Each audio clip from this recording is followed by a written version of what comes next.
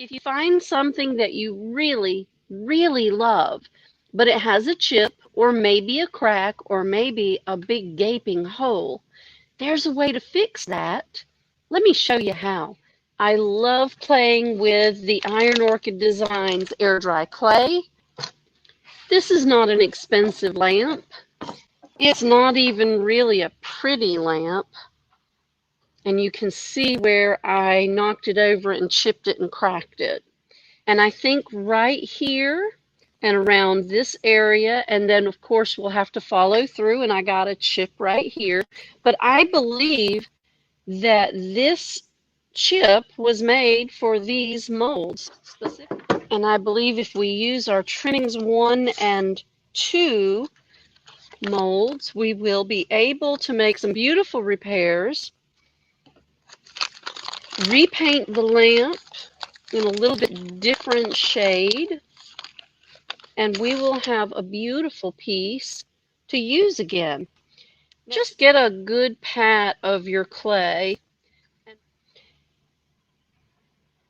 and a little bit of that beautiful micro edge will help us get to a beautiful mold finish. Now it's okay if I break it as I'm going. I'll piece it back together because it's still in the mold. This is some good fresh clay. Again, don't overwork your clay. Find what fits the break and make a piece to go over it.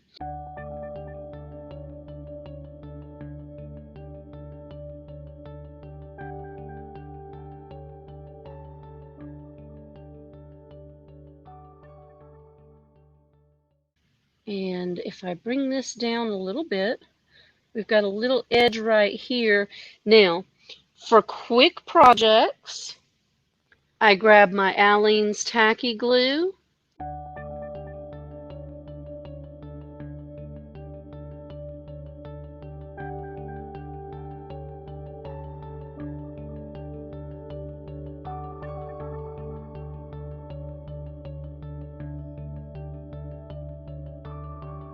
All right, let's pop this one loose and demold. Oh, see, this one came out even easier. Don't overwork your clay. If you overwork your clay, you get a little bit too much goo. You work too much of the moisture into it. It won't demold as beautifully as that did. Make sure you take your glue to your edges, especially since you're going over a surface where you're going to be conforming the mold. You want to make sure you have enough glue on your edges to adhere your mold to your project, but you don't want so much glue that it squishes out from underneath it, because then you'll create a textural issue, and that's a whole other problem. I do love the clay because you can move it, stretch it. You will increase your risk of cracks, but if you want a more uniform look with very few cracks, don't stretch your clay. One of the best practices you can perform is to make sure you seal your clay as quickly as possible to prevent the clay from drying too quickly. Your paint will slow down the drying process, and you want to make sure that you slow it down just a little bit. You don't want it to dry too quickly, and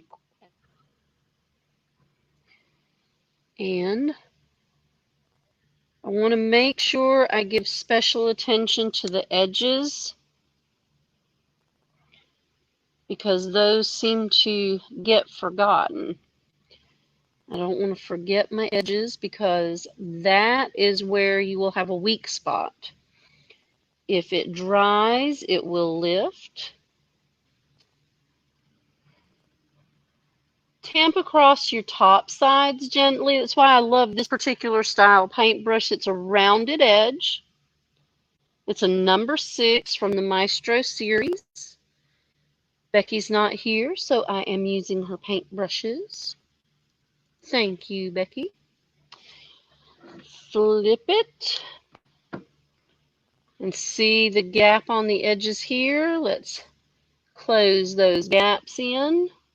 Make sure our edges are sealed in with paint so that they don't dry and crack too much. Air dry clay is clay, y'all. It's clay. So it is a natural product, and it will have some shrinkage. It will have some cracking.